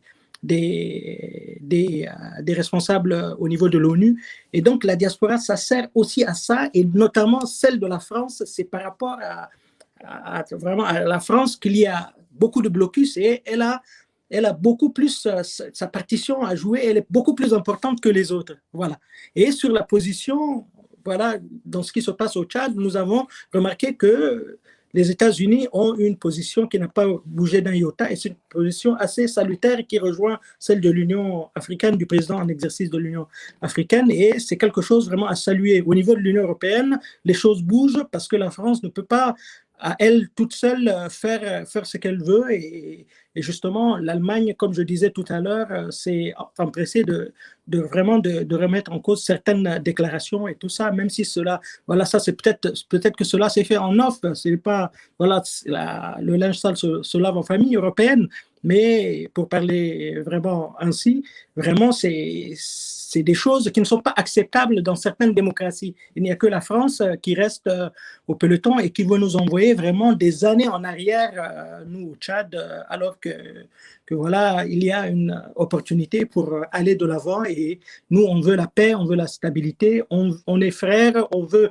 vraiment bannir ces guerres fratricides, donc on appelle tout le monde à la table de la fraternité, y compris les rebelles, y compris ceux qui sont aux affaires. C'est le moment vraiment de dialoguer pour jeter le base d'une vraie démocratie, du vivre ensemble. Et nous, c'est quelque chose qu'on doit se l'imposer. Ce n'est que comme ça qu'on peut vraiment transcender tous les problèmes récurrents au Tchad depuis son accession à l'indépendance.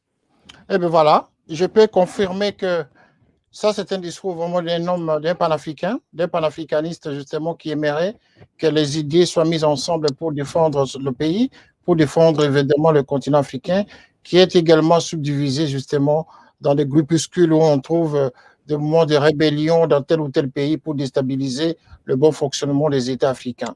Ce discours, si au moins il serait relayé par plusieurs Africains, nous pensons que l'Afrique va retrouver sa dignité. Alors, nous allons terminer l'émission en 6 minutes. Nous allons parler de la place de l'opposition politique sur place au Tchad.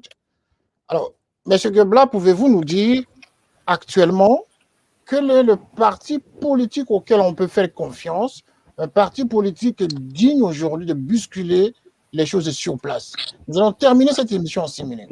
D'accord. Merci beaucoup pour la fin de cette émission. Effectivement, il y avait des partis politiques sérieux comme l'UNDR, le PLD, d'autres partis, le phare, la Fédération Action pour la République de Ngardi Rongar. Mais ces partis politiques, à force d'être réprimés par le pouvoir en place, clochardisés par le pouvoir en place, ont fini par certains par disparaître de la scène politique tchadienne. Je parle du PLD qui a perdu, hein, effectivement, dont le leader a été éliminé en 2008. C'était un parti sérieux. Le leader était un professeur d'université, médecin, qui a été enlevé par Déby et qui a disparu. Depuis lors, on n'a pas retrouvé. Je pense aussi à l'UNDR, l'Union nationale pour la démocratie et le renouveau de Saleh Kezo, qui était un très bon parti et un très bon parti politique. Les derniers partis politiques qui a émergé dans l'espace politique, dans la sphère politique tchadienne, c'est les transformateurs de Succès Masra, qui est un jeune banquier qui était à la Banque africaine de développement et qui a dû quitter pour créer un parti politique qui a eu des difficultés pour être reconnu, et par la suite, ils ont fini par le reconnaître. Il a été même reçu par Idriss Déby. Mais en fait, la question qui est aujourd'hui fondamentale, Et c'est que qui a été même candidat à la présidentielle, n'est-ce pas? justement, qui a été, Disqualifié par rapport à son justement, âge. et justement, c'est délibéré, c'est qu'ils ont fait un succès massif en principe pour candidater au suffrage national. On ne devait pas fixer un âge quand même à ce taux-là. Il faut fixer délibérément à succès parce que pour l'éliminer, parce qu'il gênait un peu effectivement le pouvoir en place sous Idriss Déby. Maintenant, c'est qu'on est dans une situation très compliquée au Tchad.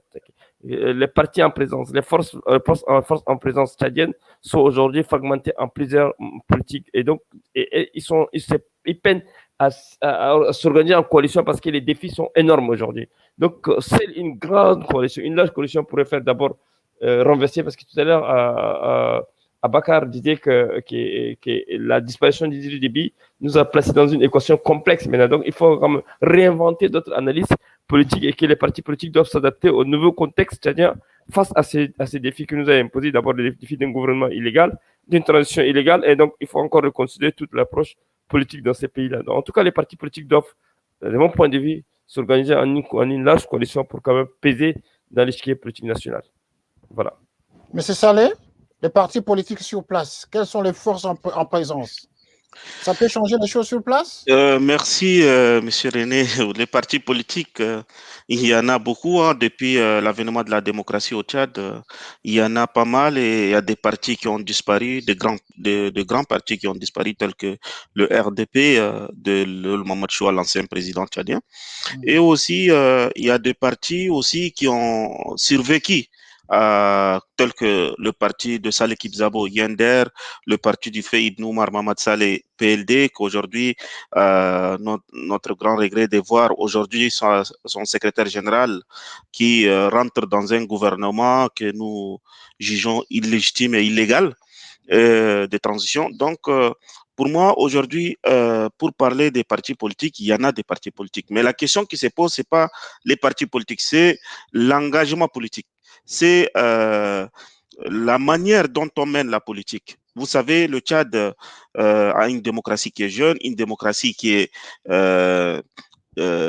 disons, ce qui existe seulement sous la forme, mais en réalité, Idriss Déby a tout confisqué et n'a pas laissé le choix à la jeunesse ni aussi aux politiciens parce que certains partis ont, pour venir à leurs besoins, ils sont obligés de rentrer dans la mouvance et autres. Donc, pour moi, aujourd'hui, pour qu'il y ait des partis réellement représentatifs, d'abord, il faut qu'il y ait aussi une transition correcte, une transition correcte pour que les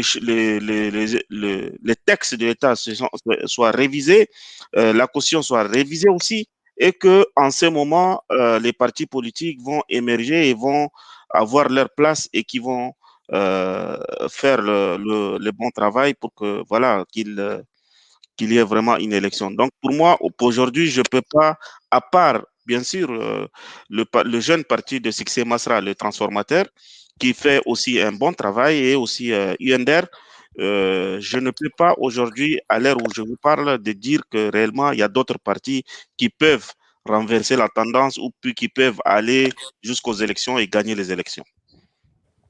Wow. Et donc, M. Ibni, est-ce que vous avez la même lecture, M. Saleh Ibni? Bon, moi, je ne me prononce pas trop sur tout ce qui est un peu politique, qui concerne les partis politiques, mais simplement, ce que je voulais dire, c'est que les gens ont vraiment mis leur espoir sur des mouvements politiques qui ont été peut-être pervertis par certains. Les militants demeurent au niveau des quartiers généraux des partis, beaucoup, juste après la lecture du remaniement ministériel, beaucoup de membres des différents bureaux exécutifs des différents partis ont dit qu'ils n'étaient pas informés de cela en comité exécutif, et beaucoup ont décrié un peu cette manière qu'ils ont jugé, voilà, une manière un peu comme une traîtrise, comme une façon d'aller à la soupe, mais c'est quelque chose que moi je ne commande pas, comme je ne suis pas vraiment dans la politique en tant que telle. Moi je suis responsable d'une structure qui se tient de façon équidistante de toutes les forces, mais si je peux parler de ma lecture, c'est que c'est quelque chose qui part sur un fond d'illégitimité, et donc c'est un peu difficile que des partis sérieux que prônaient qu'incarner des icônes et tout ça soit là-dedans. Et surtout que, comme je le disais tout à l'heure, il y avait quand même au moins certains, voilà, une bonne foi de certains pour aller sur un gouvernement qui serait un gouvernement de transition, mais avec à sa tête des gens vraiment reconnus, consensuels, au-dessus de la mêlée, mais pas des gens de camp, pas des gens des partis. Et ça, c'est quelque chose qui a échoué. Quand on regarde la composition, y compris voilà, de ce gouvernement, voilà, il dénote quand même, voilà, c'est toujours, voilà, c'est un peu la même chose sans l'ancien chef d'État, quoi. Donc, voilà, c'est quelque chose d'assez déplorable. Sinon, il y a également des responsables des formations politiques tels que le jeune responsable du Parti des transformateurs, il y a François Djekombé, il y a Yassine Abderrahmane du Parti réformiste. Il y a pas mal de responsables politiques qui tiennent le coup. Et donc, c'est quelque chose qui est appréciable pour la suite des événements. Et je pense qu'ils seront jugés donc, sur l'endurance parce que ce n'est pas une voilà, course de vitesse, c'est une course de fond. Et voilà, le Tchad demeure et l'histoire saura rendre les lettres de noblesse à chacun d'entre eux. Voilà. Monsieur Bakar Moussa, pour terminer sur cette question.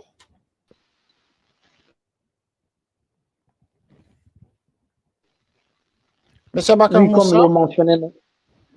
Comme l'ont mentionné mes camarades, malheureusement, en 30 ans, on n'a pas su asseoir une vraie démocratie. Donc, il y a des partis qui ont milité, des partis de première heure qui ont eu le poids de l'usure dû à ces nombreuses années.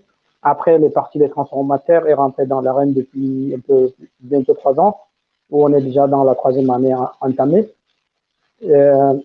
En gros, la lutte, aujourd'hui, comme on dit, la lutte politique en tant que telle, portée par un parti, ne peut jouir que quand on est dans une condition vraiment normale du terme. Là, on est dans une condition très chaotique. La lutte est menée de tous bords. Même si d'ici là, je peux omettre le travail fait par les transformateurs depuis qu'ils sont dans l'arène politique, depuis les 2-3 ans de fonctionnement de ce mouvement qui est devenu parti parce que la Constitution l'exigeait pour exercer en termes politiques ou se présenter dans des échéances électorales. C'est le seul qui a réussi un peu à faire bousculer les choses. Au Tchad, on avait une culture politique démocratique un peu attentiste du fait que les sorties, les manifestations sont réprimées. Et le Parti des transformateurs, dont je suis membre, a réussi à faire basculer cette tendance attentiste dont les gens sortaient contre vents et marées pour protester. Et cette culture-là est maintenue jusqu'à aujourd'hui pour manifester contre l'injustice continuelle due à cette transition anticonstitutionnelle et dynastique, raison pour laquelle aujourd'hui, le succès est l'homme à battre. Il est défendu, et on monte des choses ici et là pour le discréditer. Et je tire aussi sur l'alarme que la France, qui a acté cette transition, serait comptable du chaos qui se profile si on n'en est pas déjà. Donc aujourd'hui, les 2 personnes à battre, c'est Succès Masra et Mohamed le président du FAC, Mahdi. Donc d'un bord, on comprendrait, l'autre a pris des armes. Donc on comprend que derrière, certains veulent se venger. Mais Succès n'a d'autre voie que les voies démocratiques. Donc il se lève en tant que Tchadien, en tant qu'un fils du Tchad, et il parle de la situation tchadienne. Mais aujourd'hui, il se dans une situation très compliquée. Et aujourd'hui, nous disons à toutes ces personnes-là qui manigancent des choses pas légales, des choses sous la ceinture, si jamais malheur advient à quelqu'un, on a vos listes. Donc, comme mes camarades l'ont soulevé, il y a, parmi les différentes actions que nous menons, il y a aussi cette action judiciaire qui est en cours, qui vit parallèlement au reste. Donc, nous voulons un Tchad de droit, de justice. Donc, tout Tchadien a son mot à dire du moment où la personne jouit de s'élever contre l'injustice, qui est quelque chose d'accepté par notre Constitution. On doit la jouer réglo. Si les gens ont quelque chose à dire à Succès ou à tous les Tchadiens qui se lèvent pour leur dû, que les gens viennent sur le bon terrain, qui s'expriment, qui n'ont pas de légitimité, qui se taisent, mais au lieu de monter les uns contre les autres, ça va dans l'intérêt de personne. on va droit vers le chaos. On est en train d'embraser le pays et le feu qui se profile va épargner personne. Donc, nous demandons à tout le monde de se ressaisir et de penser à l'intérêt commun. Voilà. Tout le monde se ressaisir de parler de l'intérêt commun. C'est un message en tout cas positif pour l'ensemble du peuple tchadien. C'est un message justement à retenir pour le peuple africain également. Tous ceux qui sont sur le continent devraient justement adopter cette même attitude de faire appel à la paix et à la concorde du continent africain. Messieurs, nous allons terminer cette émission en 2 minutes. Messieurs, je devrais vous poser une question sur le savoir. Que peut-on retenir d'Idriss Déby? Et que peut-on espérer de l'après Idriss Déby? Pour terminer l'émission, en 30 secondes chacun. Je retiens d'Idriss Déby, un homme qui a été le verrou d'une société tchadienne bloquée. Son départ a placé le Tchad dans une incertitude totale à laquelle nous sommes confrontés. Et je pense qu'on en appelle à une communauté internationale plus regardante, c'est la situation du Tchad. Monsieur Mahamat Saleh Ibni. Bon, moi, pour ma part, je retiendrai quand même la personne, l'adversaire politique de mon père qui a conduit à sa disparition et dont on n'a pas de traces. Et nous continuons à œuvrer pour que la lumière soit faite. Et il y a beaucoup d'officiers supérieurs français également qui sont impliqués dans ce qui s'est passé. Et nous, on fera tout pour que les commanditaires et que tout le monde, que ceux qui ont commis ce crime-là puissent être traduits en justice. Et sinon, ça serait la justice de Dieu qui sera là. Voilà. Mettez Saleh Daouda. Merci, M. René, de nous avoir donné cette opportunité de s'exprimer et de dire ce que nous pensons sur la situation au Tchad. Et en ce qui concerne ce qu'il faut retenir de Déby, Déby, c'est un homme déjà qui est mort. On ne se réjouit pas de la mort de quelqu'un, donc on lui souhaite le repos éternel. Mais ce qui nous intéresse, c'est l'après-Déby. L'après-Déby, aujourd'hui, la France nous a mis dans une situation, il faut le dire, il ne faut pas mâcher le mot, la France nous a mis dans une situation très compliquée. Et depuis quelques jours, nous réfléchissons ensemble avec le camarade de la diaspora aussi des parlements, mais aussi la société civile tchadienne sur comment mettre la responsabilité de tous ces jeunes qui ont péri lors de la manifestation du 27 mars, le mardi passé. Et moi, je reste calé sur la position où la responsabilité est partagée. Même Emmanuel Macron et Jean-Yves Le Drian, le fait qu'ils cautionnent, qu'ils donnent crédit à cette junte, ont une part de responsabilité et comme un adage de chez nous que j'aimerais bien le dire en arabe,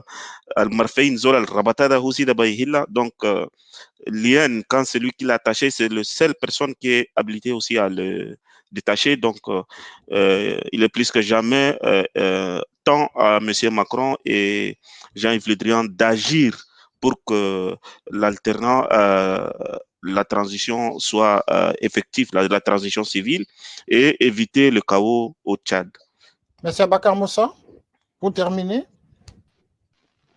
Oui, moi je dirais, M. Déby, il a vécu comme il l'a toujours espéré, et un homme venu par les armes, qui a fini par les armes.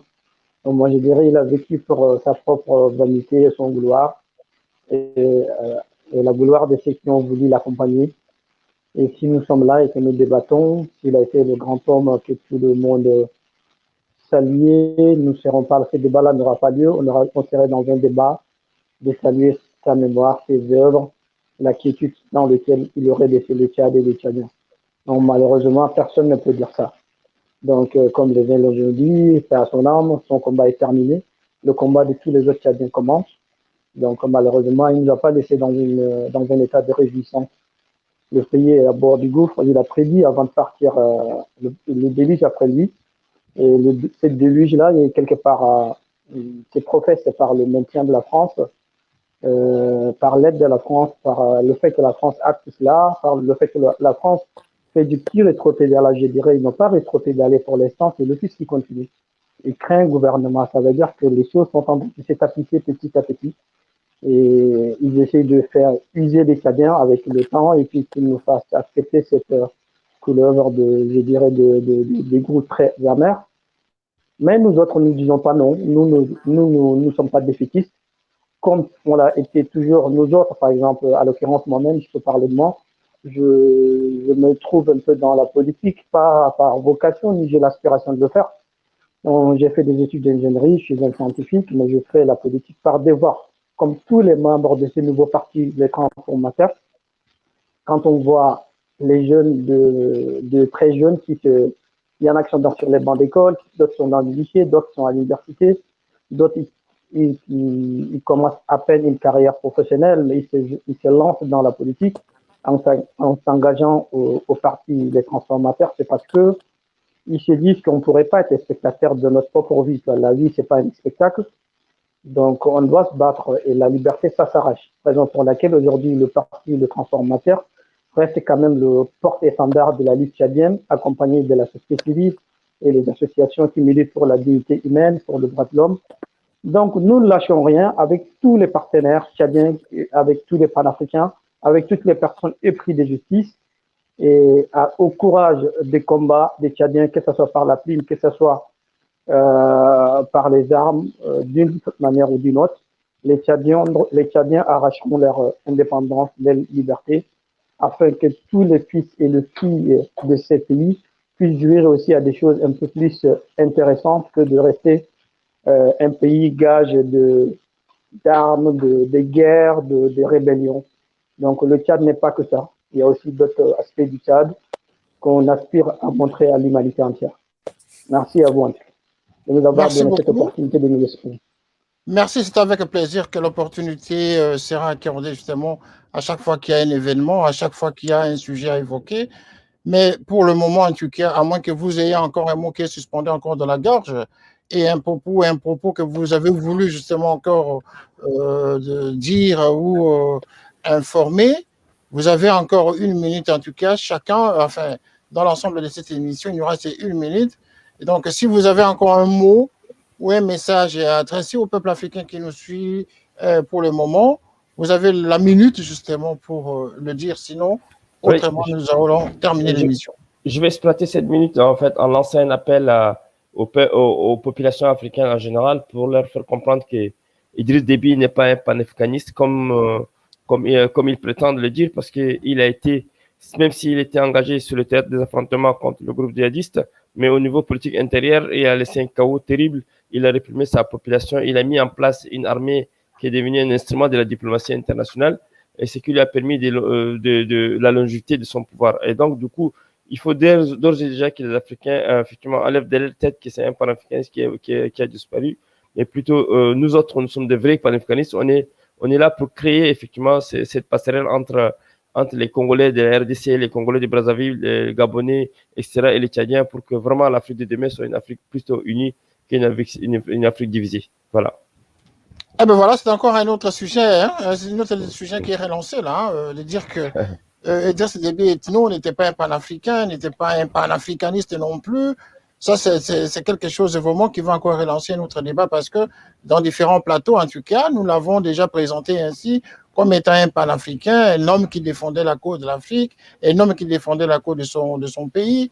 Voilà que les enfants du Tchad, les enfants qui connaissent l'histoire de l'homme, qui connaissent la politique de leur propre pays, s'expriment différemment de la perception des autres Africains qui ont fait une analyse un peu plus clémente à l'égard de l'homme. Bon, voilà, ce n'est qu'un débat, une grande première ce soir. Nous allons revenir prochainement pour relancer un autre débat justement autour d'une thématique que vous aurez à nous proposer. Et vous êtes en tout cas tous les bienvenus à participer à d'autres duplex, à d'autres émissions que nous organisons autour de ce plateau, autour de notre chaîne Canal Africa 54 en partenariat avec Télé Saturne. Merci, chers amis, d'être passés à cette émission. Nous vous remercions en tout cas avec satisfaction que nous ayons commencé cette émission de bout en bout en expliquant dans tous les sens, en tout cas, les paramètres qui nous ont permis de comprendre ce soir les circonstances dans lesquelles la transition est en train de se faire opérer actuellement au Tchad après la mort de monsieur le président maréchal Idriss Déby Itno. Bonsoir, messieurs, et que Dieu vous garde chez vous, tout en vous disant en tout cas, merci encore une fois. Nous allons nous retrouver encore autour de notre débat. Merci à vous. Merci. Bonsoir à tous. Au revoir. Voilà. Au revoir. Merci. Nous sommes très ravis d'avoir fait cette émission, comme vous l'avez constaté, dans des conditions parfaites ce soir, avec les enfants du Tchad, avec ces Africains qui traversent actuellement une situation difficile dans leur pays. Comme disent les Congolais, comme disent les Camerounais, comme disent tous les panafricanistes, qu'en fin de compte, c'est l'Afrique qui doit gagner. C'est l'Afrique qui doit triompher dans tous ces combats que nous menons. Utilisons nos propres moyens, utilisons nos propres canaux de communication pour faire entendre la voix de l'Afrique. Ou que l'Afrique est en train de souffrir, nous sommes en train de justement, nous devons accompagner les Africains. Nous devons travailler ensemble pour faire triompher l'Afrique. Cette émission document nous a permis de comprendre beaucoup de choses ce soir par rapport à la situation du Tchad, parce que nous avons fait intervenir les Tchadiens eux-mêmes. Voilà qu'un autre débat sera relancé pour parler d'Idriss Déby. Idriss Déby que nous avons considéré comme étant un panafricaniste ou un panafricain, voilà que les Tchadiens eux-mêmes le décrivent autrement. Le débat n'est que relancer encore une fois pour reparler encore de monsieur Idriss Déby. Voilà. C'est ainsi va l'Afrique. L'Afrique a beaucoup de comploteurs qui la détruisent. Espérons que cette fois-ci, nous allons prendre conscience que les enfants de l'Afrique vont se mettre ensemble pour défendre leur continent. Merci encore une fois d'avoir participé à cette émission. Merci pour vous qui nous regardez ce soir. Merci pour tous ceux qui nous écrivent ce soir. Nous allons nous retrouver encore une fois pour un autre débat. À très bientôt pour une nouvelle édition. Canap 54 TV, la première chaîne généraliste culturelle et d'information de l'Afrique vers le monde. Canap 54, Canap 54, Canap 54, Canap TV. Africa 54 est la première chaîne de télévision panafricaine, généraliste et d'information de l'Afrique vers le monde. Chaque pays africain devrait avoir un représentant œuvrant en son sein afin de permettre l'éclosion des talents, pouvant également jouer de pont avec nos pays respectifs. Bref, nous sommes panafricanistes au sens absolu du terme. Canal Africa 54, dans sa devise, la première chaîne généraliste culturelle et d'information de l'Afrique vers le monde.